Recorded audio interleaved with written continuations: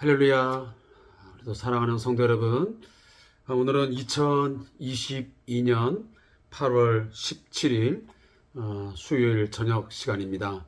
사랑하는 성도들과 함께 한 주간의 가장 중심에 있는 수요일을 맞이하면서 그동안 하나님께서 우리에게 베푸신 은혜와 사랑을 마음에 깊이 새기시면서 진심으로 감사하며 예배하기를 원합니다. 사랑하는 성도 여러분, 우리의 삶의 기준이 때로는 모호할 때가 있습니다. 분명 삶의 원칙, 기준은 분명 성경에 우리에게 요구되어지고 있고 쓰여진 것이 분명히 있지만 우리가 그 기준과 원칙을 때론 망각한 채 살아갈 때가 참 많은 것 같습니다. 세상의 기준 또 세상의 가치 그것을 추구하고 거기에 눈이 멀어서 살아갈 때가 얼마나 많은지 우리 스스로가 많이 반성하고 또 회개하는 그런 시간이 되어야 할 것입니다. 오늘 또 생명의 말씀 우리를 의의 길로 또 생명의 길로 인도하시기 위해서 이 주신 말씀 우리의 삶의 이 기준 또 원칙을 우리가 마음에 다시 한번 깊이 묵상하면서 또 하나님의 뜻을 기억하는 귀한 시간이 되었으면 좋겠습니다.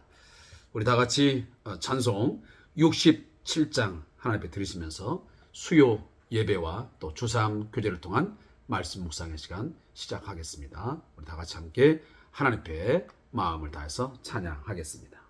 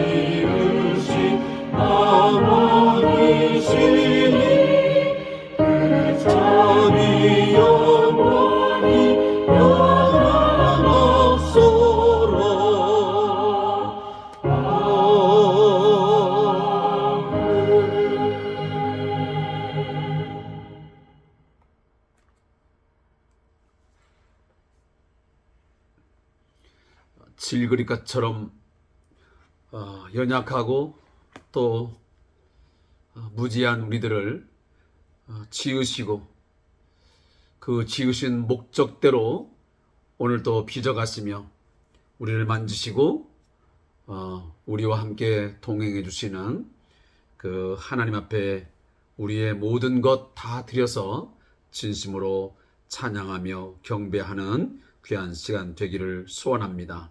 사랑하는 성도 여러분, 우리가 주 안에 머물며 주의 말씀에 순종할 때에 진정한 평안이 주어지게 되고, 또 예수 믿는 자로서의 진정한 권능과 능력을 행사하게 될 줄로 믿습니다.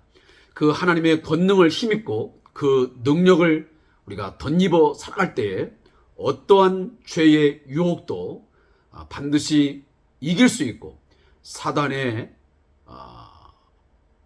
공격 앞에 우리가 무력하게 무너지지 않고 우리가 든든하게 서게 되고, 그 대적의 강력한 도전을 무력화시킬 수 있게 될 줄 믿습니다.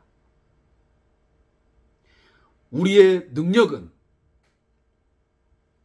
우리 안에 있는 죄를 이기며 세상을 이길 수 있는 그 능력과 권세는 내 안에서 저절로 나오는 것이 아니고, 하나님께서 우리와 함께 계시고 하나님께서 우리에게 그 모든 능력과 권세를 부여해 주실 때에 나타날 수 있습니다. 그러하기에 오늘도 저도 하나님의 말씀을 붙들고 오늘도 하나님의 도우심을 구하면서 경배하고 또 말씀을 갈망하는 것입니다. 오늘도 주신 말씀을 통해서 우리 함께 능력과 권세를 힘입기를 소원합니다. 하나님 말씀은 이사야 33장 7절부터 16절까지의 말씀입니다.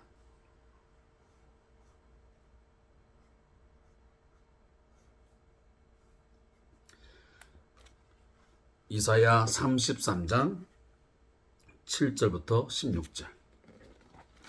구약성경 1005페이지에 기록되어 있습니다. 말씀을 읽겠습니다.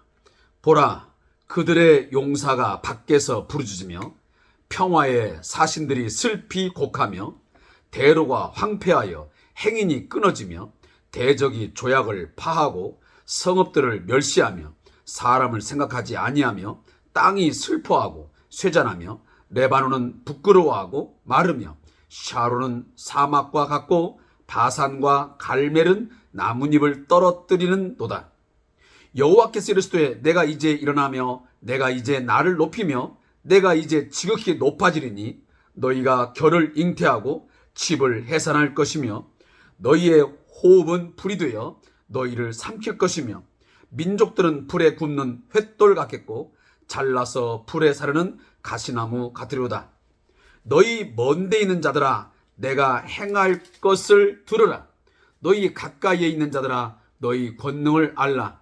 나의 시온의 죄인들이 두려워하며 경건하지 아니한 자들이 떨며 이르기를 우리 중에 누가 삼키는 불과 함께 거하겠으며 우리 중에 누가 영영이 타는 것과 함께 거하리요 하도다.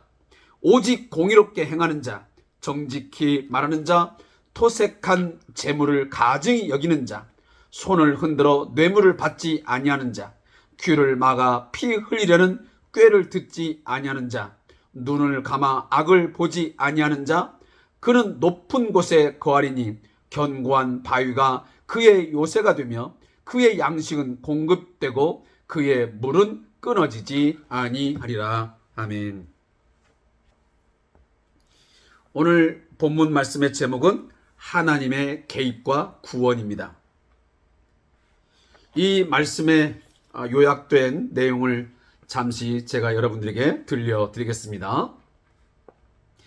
평화가 깨지고 대적이 조약을 파기하며 유다의 땅에 황폐해짐이 임하게 됩니다. 그러나 그때 하나님께서 일어나셔서 대적의 시도를 무력화시키실 것입니다. 세상의 모든 사람이 하나님의 권능을 알게 되며 특히 유다의 죄인들이 떨며 두려워할 것입니다. 오직 의로운 자는 하나님의 보호를 받게 될 것입니다.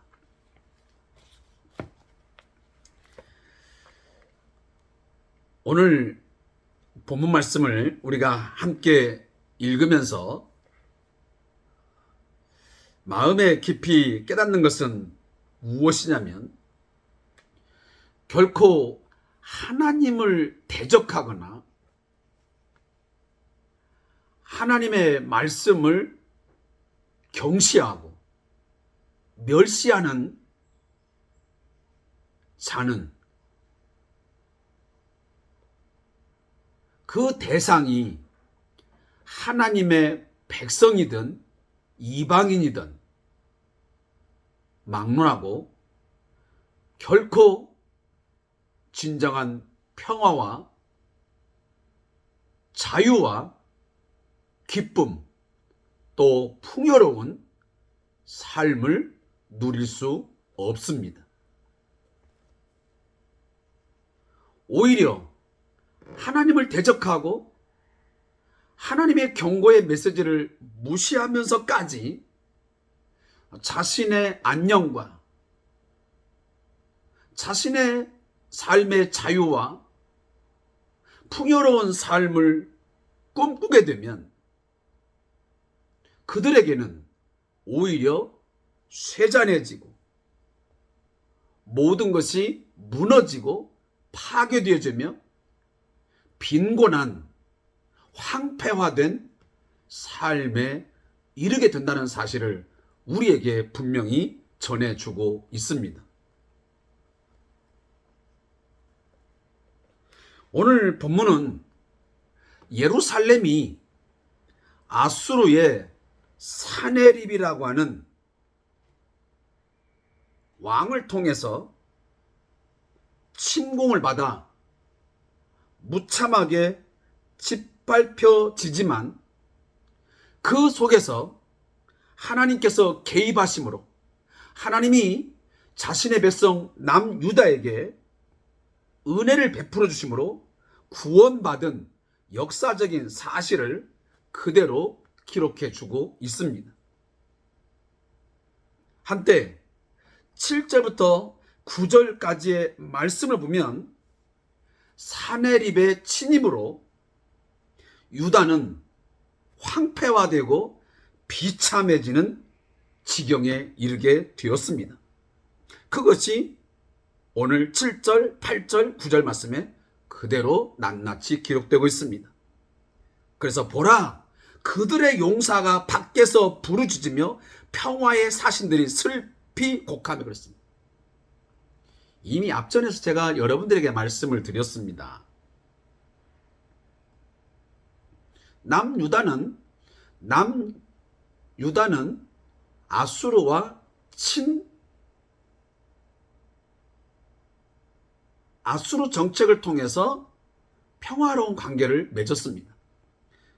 그때에 히스기야 왕이 이 사네립의 1차 공격 때에 조공을 바치면서 우리나라를 더 이상 침범하지 말고 제발 우리에게 평화를 달라고 애원합니다.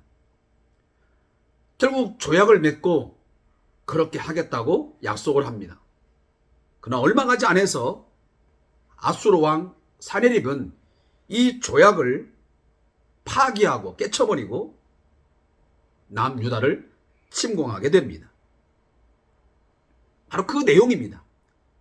결국은 조약을 파기한 이 대적 아수르가 남유다를 침공하자 그들의 용사, 남유다의 모든 용사들이 밖에서 부르짖습니다. 그리고 평화의 사신들, 조공을 바치겠다고 하면서 평화 조약을 맺으러 히스기야의 명을 받아서 떠났던 사신들, 모든 조약이 하루아침에 물거품이 되자 슬피 울며 곡을 하게 됩니다. 그리고 그들이 걸어갔던 대로 다 황폐해지고 행인이 끊어져 버리고 조약이 파괴되고 성읍들을 멸시하며 사람을 생각지 않았습니다. 무참히 살해하고 사람들을 끌어갔습니다. 온 땅이 슬퍼하고 그리고 온 그 산천 초목들이 짓밟히면서 쇠잔해지는 그런 사태가 벌어졌습니다. 그러면 여기 나오는 레바논, 사론, 갈멜, 바산 이런 지역들은 당시에 남유다에 위치하고 있던 지역명들입니다. 이 지역들은 당시에 풍요로움을 상징하는 지역이었습니다. 그래서 여러분 알다시피 이 바산, 갈멜 이 지역은 굉장히 목축업이 발달되어서 굉장한 이 유다의 사람들이 살아가는데 많은 그 생계를 유지하고 또 어떤 경제적인 문제들을 해결하면서 많은 영향을 받았습니다. 근데 이처럼 레바논의 백향목, 또 샤론의 꽃, 또 바산과 갈멜의 이처럼 목축업의 어떤 풍요로움 이런 것들이 하루아침에 이방 아수르의 침략을 통해서 완전히 다 짓밟혀져서 황폐화되어 버렸습니다.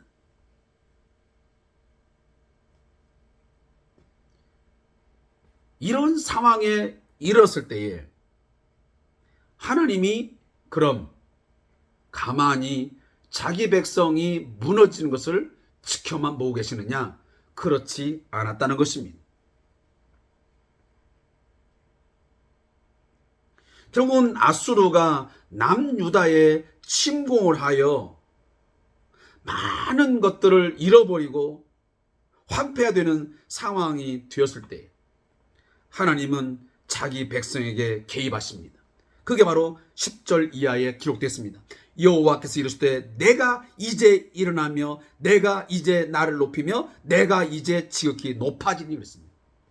사랑하는 성도 여러분, 인간들의 잘못된 판단과 결정에 의해서 하나님의 진노를 받아 모든 것이 무너지고 황폐화되어지는 그런 상황에 이르렀을 때 하나님은 그것을 보고 즐겨하시거나 방관하시는 하나님이 아닙니다. 비록 죄로 말미암아 진노를 당하여 하나님의 심판을 받아 이처럼 상황이 되었지만 하나님은 그 진노 중이라도 자기 백성, 자기 자녀에 대해서 은혜 베푸심을 잊지 않습니다. 자기 백성을 끝까지 지키시고 보호하시고 붙드시겠다고 하는 그 약속을 하나님은 잊지 않는다는 사실입니다. 그래서 그 상황에 이르렀을 때에 하나님은 적극적으로 비로소 손을 내미십니다. 그래서 여기 보면 내가라는 말을 3번 반복합니다. 강조해 주겠습니다. 비록 하나님의 백성이 죄로 말미암아 징계를 받아 이처럼 황폐화되어지고 모든 것이 슬픔과 고통과 부르짐의 상황이 되었지만 이제 내가 내 백성을 구원할 것이다.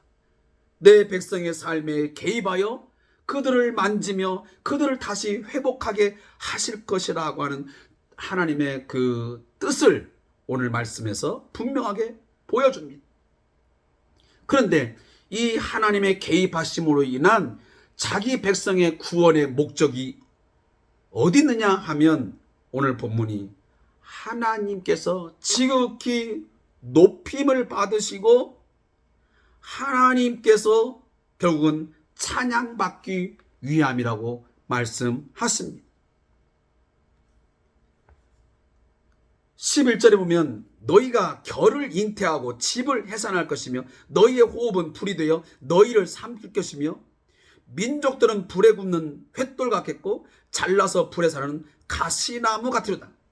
이게 무슨 말이냐면 결국은 아수르가 남유다에 침공을 하여 많은 것들을 거둘 것 같지만 여기 겨나 집은 쓸모없는 것들입니다. 물론 지금 우리가 생각하면 집은 나름대로의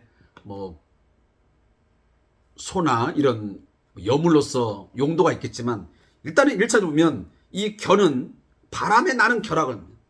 또 집 이런 것들은 쓸모없다라는 이 무익함에 대한 하나의 비유적인 표현입니다.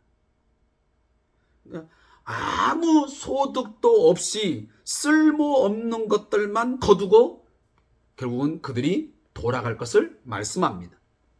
그리고 그들의 호흡은, 너희의 호흡은 불이 되어 오히려 너희를 산 것입니다.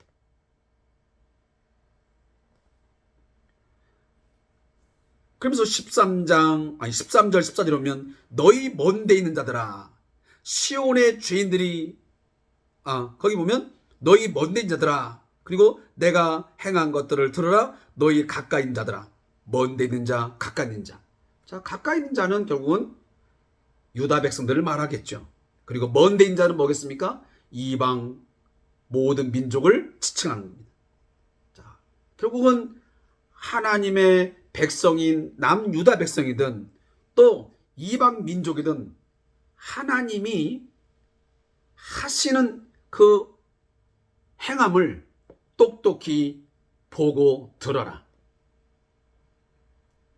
그것을 듣고 보고 있노라면 무엇을 깨닫게 되냐면, 죄에 대해서는 하나님께서는 반드시 진노하시고 심판하시지만, 그러나 자기 백성에 대해서는 하나님이 끝까지 붙드시고 보호하시고 구원해 주시는 능력 있고 권능 있으신 하나님이시라는 것을 알게 되고 그것을 깨닫게 된다는 것입니다. 그래서 먼데 있는 자든 가까이 있는 자든 나의 권능을 알라. 그 하나님의 권능, 그 하나님의 일하심이 어떻게 드러나게 되는지를 이방 민족이든 하나님의 백성이든 깨닫게 된다는 말씀입니다. 사랑하는 성도 여러분, 오늘 또 하나님은 자신의 권능과 능력을 아무데나 사용하지 않으십니다. 인간 왕처럼 자신이 가진 권세와 능력을 임의적으로 사용하지 않습니다. 어떤 원칙도 없이 사용한 적 한 번도 없습니다. 하나님은 자신의 권능과 능력을 나타내심에 있어서 완전한 공의와 완전한 정의를 드러내십니다. 그렇게 함을 통해서 하나님 자신의 완전함을 모든 인간들에게 알게 하시는 것입니다. 그래서 하나님께서 이 세상의 왕이 되시고 이 세상을 통치할 때만이 온전한 질서가 이루어지고 온 세상이, 온 우주 만물이 가장 조화롭게, 샬롬, 가장 평화로운 그런 모습을 가질 수 있음을 거듭 말씀하시는 것입니다. 그것들을 드러내시는 것입니다.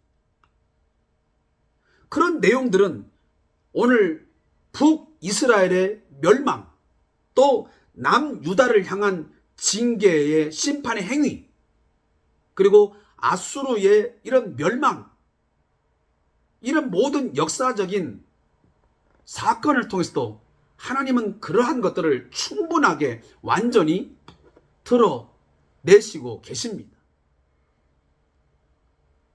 그 하나님의 권능과 하나님의 일하심, 그의 능력 앞에는 그 어떤 세력도, 그 어느 누구도 항거할 수 없고 거부할 수 없고 어찌할 수 없다라는 것을 분명히 말씀해 주고 있습니다. 당시에 아무리 강력한 왕 제국이었던 아수르도 하나님이 그 죄에 대해서 진노하시고 심판할 때에 그들은 무기력하게 당할 수밖에 없었습니다. 그것뿐입니까? 북이스라엘도 마찬가지였고 남유다도 마찬가지였습니다. 그러나 거듭 제가 말씀을 드리지만 그 하나님의 권능과 그 능력, 일하심은 그 하나님의 백성에게 있어서만큼은, 그리고 끝까지 하나님을 신뢰하고 하나님의 그 말씀에 순종하는 삶을 살아가는 자에게는 그 하나님의 권능과 능력은 매우 유용하게 우리에게 아주 선한 모습으로, 우리의 좋은 것으로 다가오시는 것입니다. 사랑하는 성도 여러분, 우리가 단순하게 생각할 때 우리 부모님께서 물질적인 능력도 있고 권능 있고 능력 있고 권세가 있다고 한번 가정해 봅시다. 그러면 그 부모님의 능력과 그 권능과 권세가 그 자녀들이 그 부모님의 말씀에 순종하고 정말 효를 다할 때에 그 모든 풍요로움과 그 권세와 능력들은 그 자녀들에게 있어서 정말 좋은 유익한 것들로 작용할 것입니다. 왜냐하면 부모는 그 모든 것들을 자녀를 위해서 아낌없이 사용할 것이기 때문입니다. 그러나 만일 그 자녀가 불순종하고 악을 행하고 부모를 대항할 때는 그 부모가 가진 능력과 그 권세는 여지없이 그 자녀에게 징계의 수단으로 또 권면하고 뭔가 질책을 하는데 큰 아픔으로 다가올 수도 있습니다.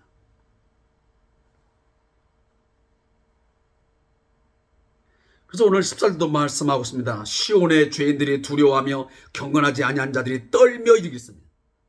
자, 하나님께서 이 아수르와 남유다를 심판하시고 이렇게 진노하시는 것을 보면서, 특히 이 아수르를 하나님께서 심판하는 것을 볼 때에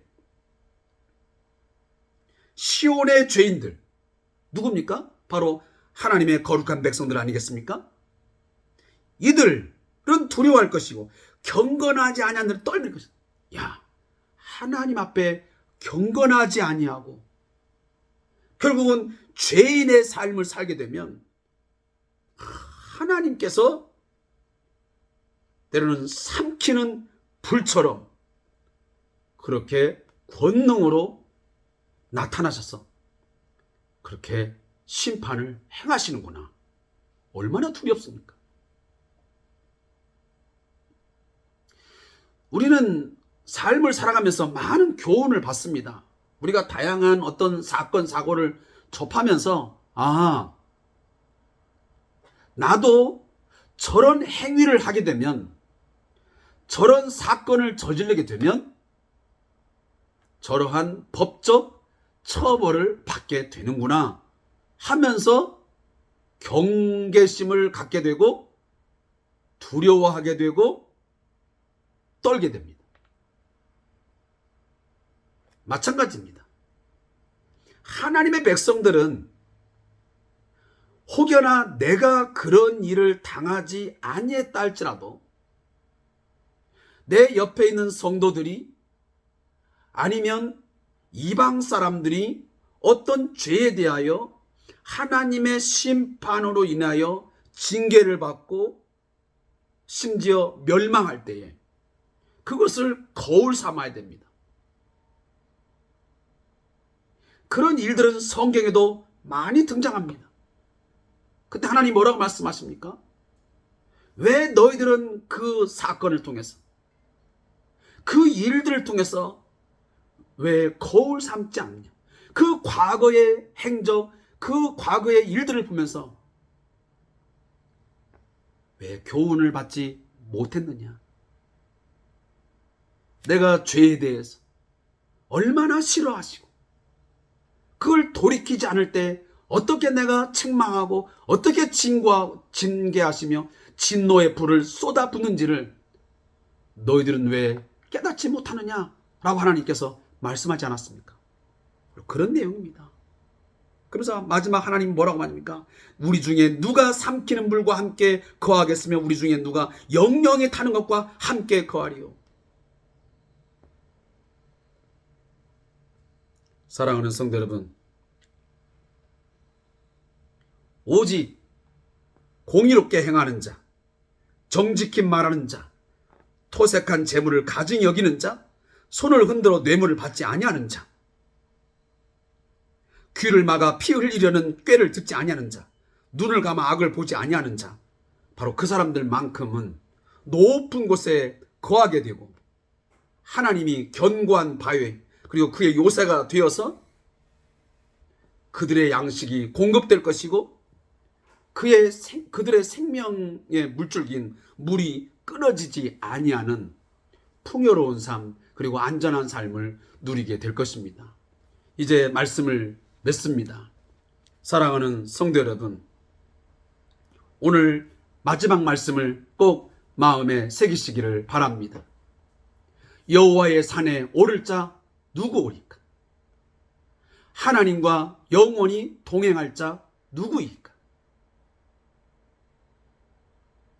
하나님이 주시는 참된 평안과 하나님의 공급하심 속에서 만족하는 삶을 누가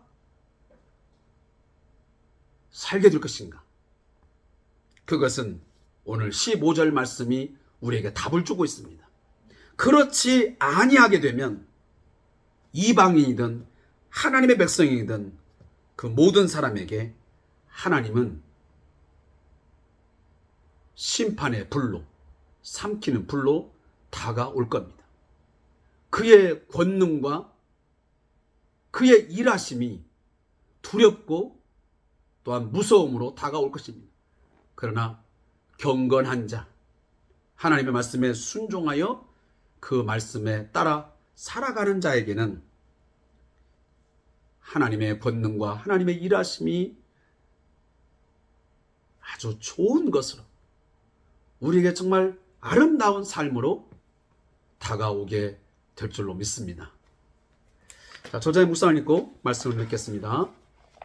하나님께서는 유다 백성이 평화의 사신을 파견하는 등 마지막 노력이 무산되었을 때에 비로소 개입하셔서 권능을 나타내십니다.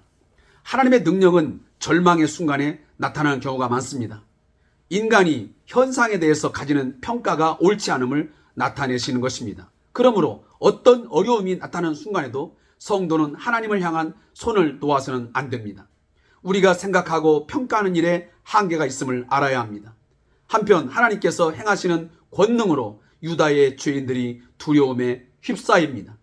평소 하나님을 신뢰하지 않던 자들에게 하나님의 권능은 두려움의 대상입니다. 그러나 거기까지가 전부입니다. 그들은 오히려 그런 하나님을 어떻게 섬기고 맞출 수 있겠냐는 소리만을 늘어놓습니다.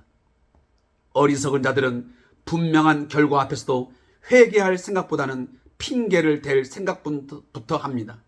이것이 우리의 모습이 되지 않도록 경계를 삼아야 합니다.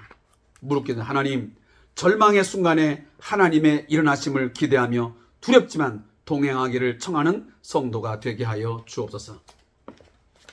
사랑하는 성도 여러분, 인간의 모든 노력이 숲으로 돌아가고 우리가 절망할 때에 바로 그 순간에 하나님은 자기 백성의 삶 속에 일어나셔서 적극적으로 개입하여 주심으로 우리를 도우시고 우리를 구원하시고 우리를 풍성한 삶으로 이끌어 줄 것을 믿습니다. 어떠한 순간이 와도 끝까지 하나님을 신뢰하고 하나님 앞에 삶을 살아감을 통해서 우리의 진정한 평안의 삶을 누리시기를 주의 이름으로 축복합니다. 오늘 수요 예배와 또한 주삼 교제를 통한 말씀 묵상의 시간 함께 해주신 성도에 감사의 말씀드리고 내일도 우리 함께 주 안에서 샬롬의 삶을 누리기를 축복합니다. 감사합니다.